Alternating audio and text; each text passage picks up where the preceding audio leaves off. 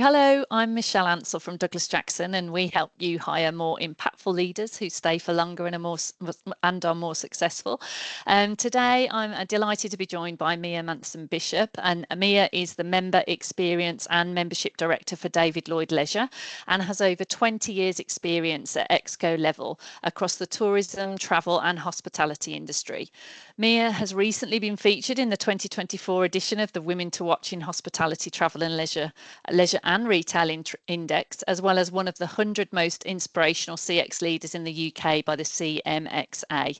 Mia's passionate about people, customers, business, and diversity, and I think perfectly embodies how exec level customer centric leadership can represent the voice of the customer whilst working collaboratively with people, but getting the right business and growth results. Mia, hi, how are you? Lovely to see you again. Very good to see you too, Michelle. Thank you for inviting me. Fab. Well, looking forward to getting into this then. So as we've said, you've been a sort of Exco leader for some 20 years across 4 different businesses in the hospitality, leisure and tourism space. What would you say have been some of the common themes for that sector over the years? Michelle, it's in all those companies I've worked for and in the sector, a very large portion of the business is about the frontline team, and it's all about people and making sure we have great motivated people with the right skills and the tools to do a good job. And that's definitely been the common theme, and communication and making sure your brand and your tone of voice and customer service is at the forefront of what we do, regardless, because at the end of the day, that is the brand. Our people and that interaction is our brand. So that's definitely the common theme amongst all the different businesses. Yeah, and I know when I speak to people within those sectors, how passionate they are as well, and yourself also about people and what the services deliver. I think so that's really poignant. That's what customers remember, right? It's the interaction they had with our people. That is what we're offering. Great. Okay. And sort of there's then and now. I mean, obviously we've been through quite a lot of change, some difficult years, for the sector, in recent times. How have you seen the sector change in those years, and what do you see, I guess, as the opportunities for the future as well? I think, Michelle, that it's become a lot more diverse. There's a lot more different type of people coming into our sectors, and maybe different age groups, and so the profile of our frontline team members has changed quite significantly. I think the other thing what's different now is employees, team have options, and we're having to all fight harder to attract the right people. And I think that's the most thing that we've got to be cognizant of, because people have choices, have a lot more choices than maybe they did, 5, 10, 15 years ago, about where they choose, to work and why they choose to work there. It's no longer just what the pay rate was, but what does that company stand for? A big part of our team at David Lloyd, nearly half of our team are actually young adults.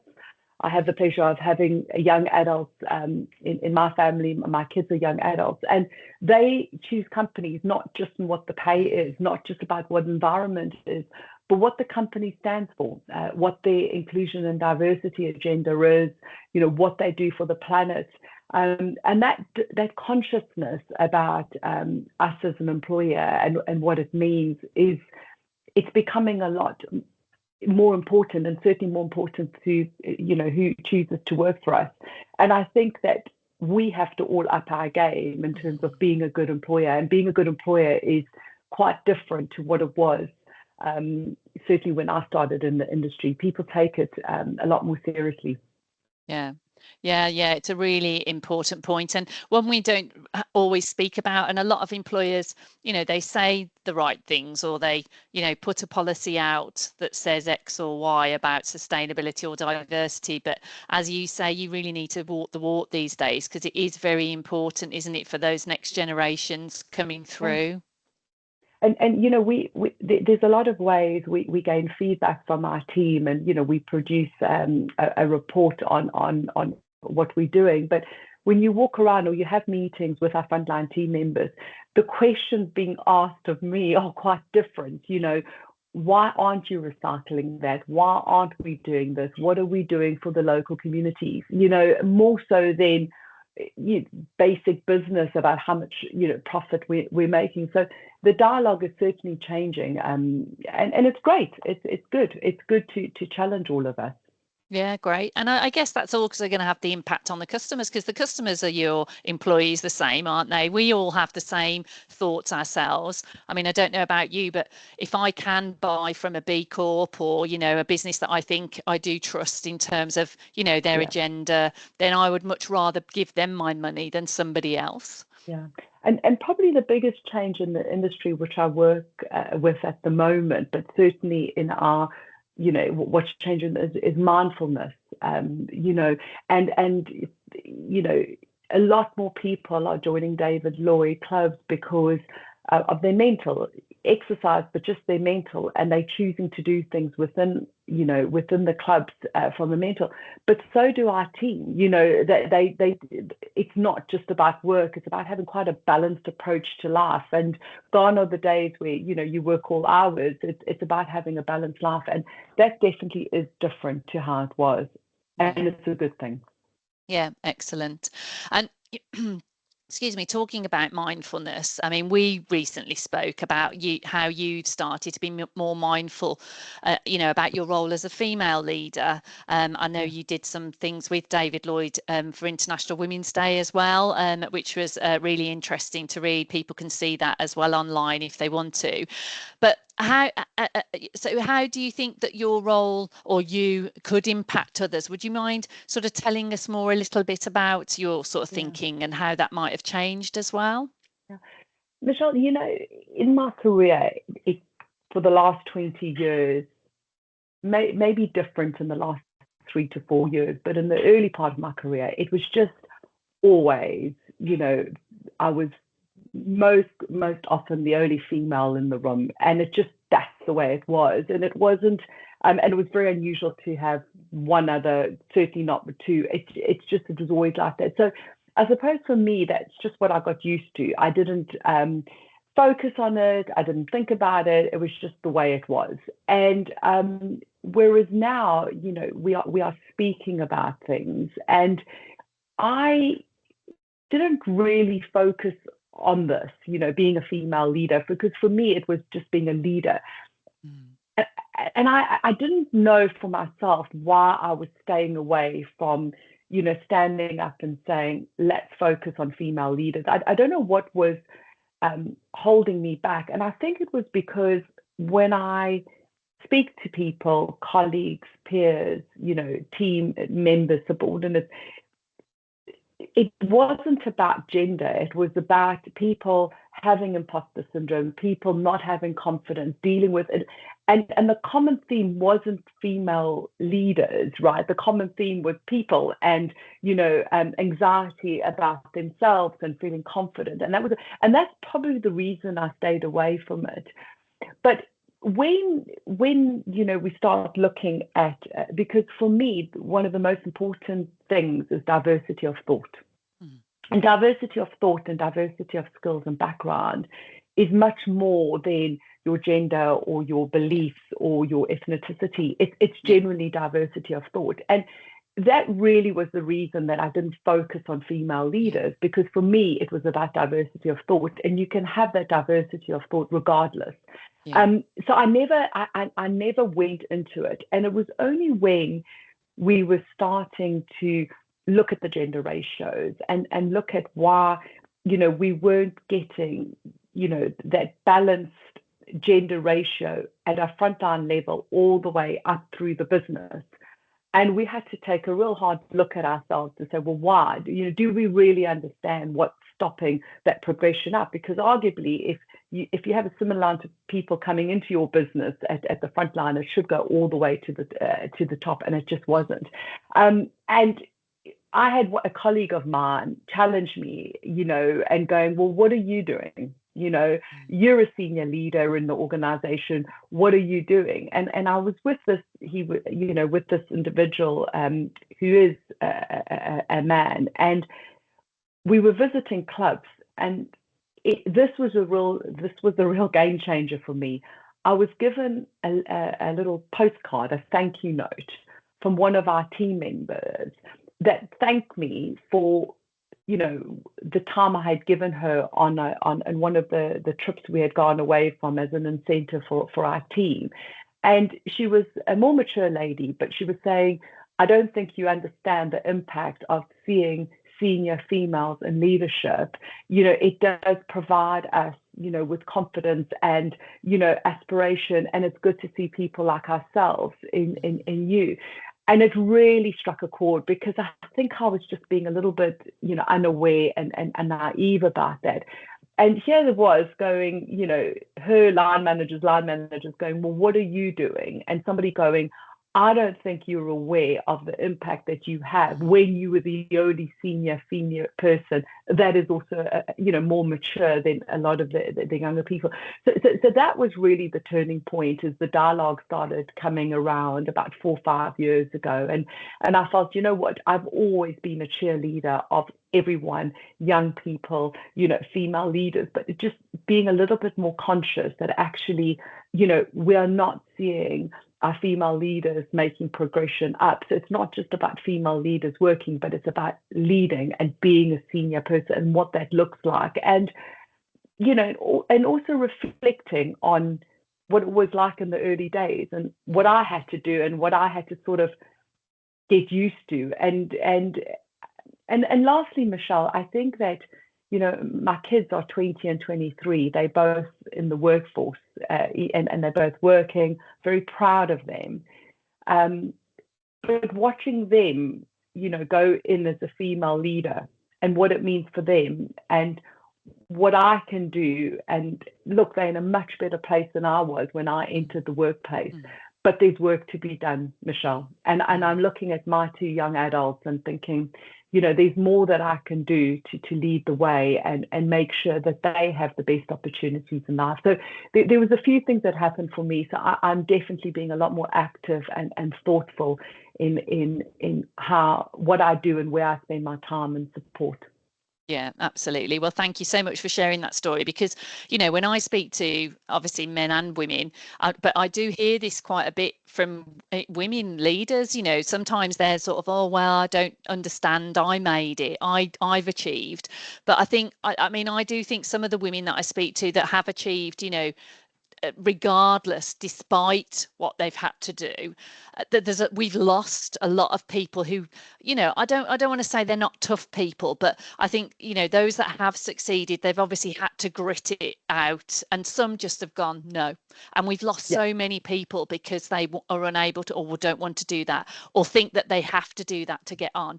And as you say, I think things are changing, but also if they can see people that have succeeded and it is available to them, it does give them that inspiration and that confidence, doesn't it, to go on and not just say, oh, it can't be done here, because it can. Look at Mia and look at the advice and support she can give me, and I think it's really important.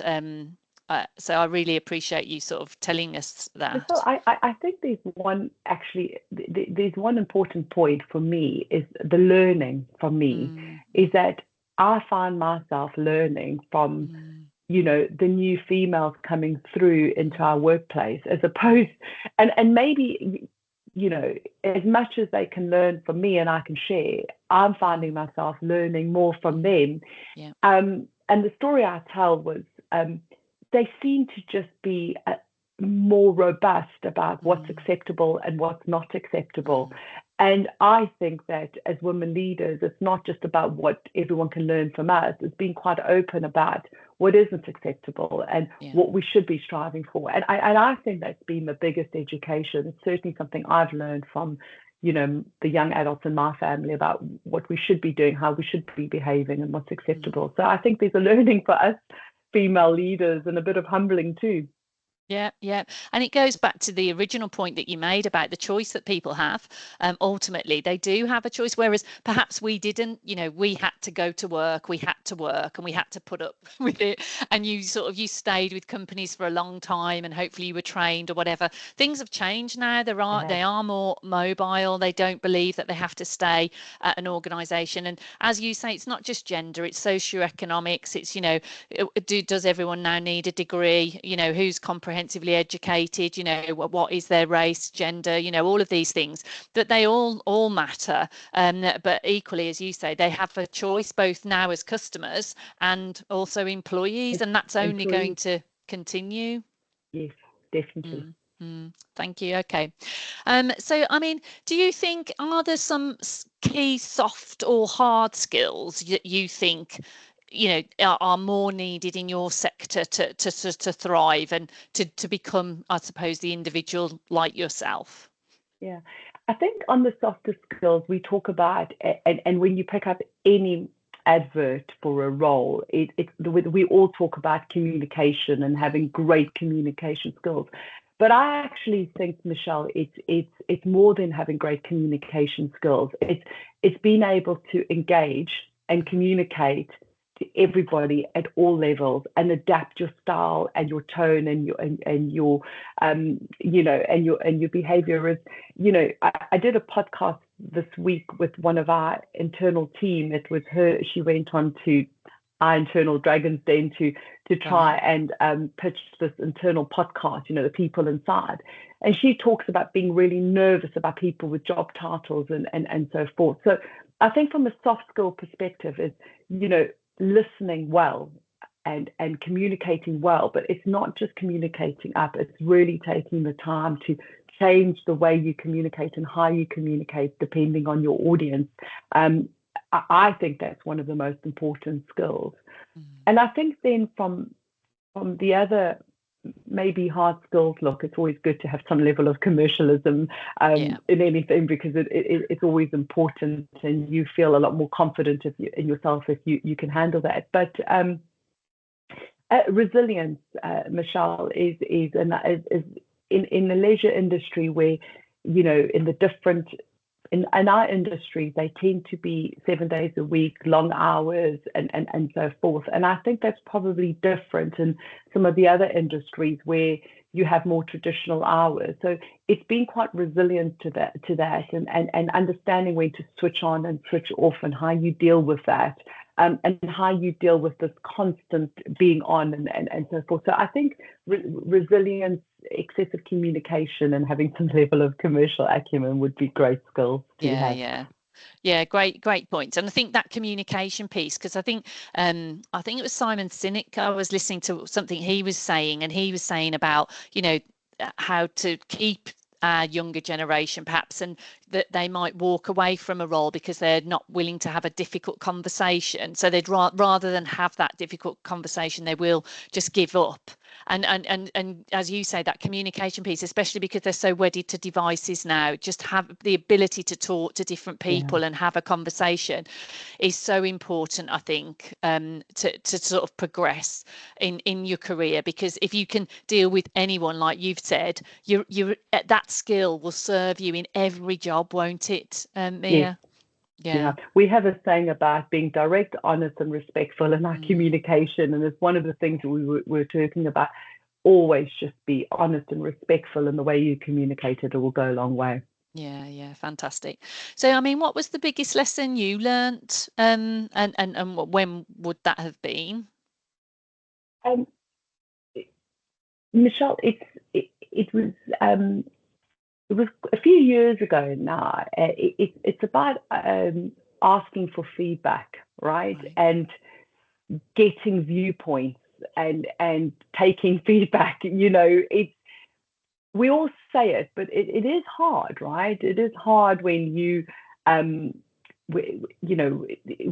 did this thing about collaboration and how to work. And I remember looking after my European team and sort of changing my behavior. And the biggest lesson is asking for feedback, not just in what I was doing, but asking for feedback on myself and how it was delivered. and people are uncomfortable with it. It takes a while to get comfortable yourself and the person you're asking for, because it's quite difficult. I remember doing it quite recently, and one of the people I asked for feedback from on something that I was doing said, "Oh, I'll give you a ring." And I was like, "Well, what? Well, because I didn't want you to get it. I didn't want you to take it the long way." And I was quite surprised, because I had a very long-term relationship with this individual, and I would have felt comfortable with anything. So I think the biggest lesson is, just taking feedback. And the other thing is taking feedback from people who are not like you, right? And knowing that, somebody will have a different view to you. Somebody that I work with is very different. They're very different to me in every aspect. And I know, right, that when I ask them for feedback, they'll give me something that I haven't thought of, and might even put a negative stance on it and stop. But that's probably the biggest feedback, is rather get that up front. Yeah. Great point. And it's not personal, is it? That's what everyone worries about, is because it's a personal thing, but it isn't. It's just their opinion, their thought, and hopefully, as you say, it makes you see something different, and they get something from it because they think, oh, my opinion matters. Michelle, when I truly believe, and I say this to so many people, the things we're really great at, right, are the things that are Achilles' heel. Whatever your strength is, in extreme or in duress, it becomes annoying or it lets you down. So don't stay away from it. Just understand that your strengths, you just got to manage how you do it in extreme, or when you're under duress, because that's what makes you who you are. So yeah, brilliant. Good. So, it seems like an attractive sector, hospitality, retail, leisure. There's some really well-known, exciting brands, David Lloyd being one of them. But so for aspirational or diverse talent that joins the sector and wants to progress, as you did, to the Exco, what advice would you give them? It is an attractive sector. I love the sector. I have worked in the sector my whole life, and I think you got to think about, you spend a lot of, although we work, most of us, to sustain other priorities and earn a living, we spend a lot of time at work. So do something you like and enjoy.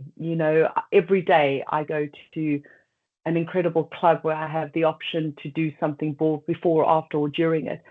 And I think that the reason I say enjoy it, because if you exhibit, I think in all our industry, it's about, positive. The leisure industry in our sector, all tourism, it's all nice stuff. It's all about good stuff. It's happy environment. And so be that person, show great customer service, be reliable, communicate, develop yourself. So my biggest advice is, come and work in the sector, because it's a great sector to be in, but then enjoy it, because if you enjoy it, it comes through in everything you do. And then just because it's this time of the year, be very, take ownership of your own development. Almost every person that I mentor, in almost every scenario, you ask them about the development plan and they start to talk about their line manager. But I wasn't asking about line managers. I was asking about them. The most important thing is for you to look at your own development plan, about what is it that you want, and then how can your line manager support you in getting there. But if you don't take ownership from it, you won't develop. So my biggest advice is enjoy it, be happy, work hard, but take ownership of your own development. Don't rely on a good or bad manager to do that for you. Great. That's great advice. That is. I think I was listening again. I think it was Daniel Priestley, and he was saying, literally everything that you want in life is literally, there's one person, one person between you and that. And so we can get anything that we need if we know what we want, and then we want to try and get it, really. But very, very good advice there, Mia. So fab. So, is there anything else that you would like to add at all before we close? No, Michelle, I think you've asked some great questions, and thank you for taking the time to speak to me. Not at all. We've really appreciated it.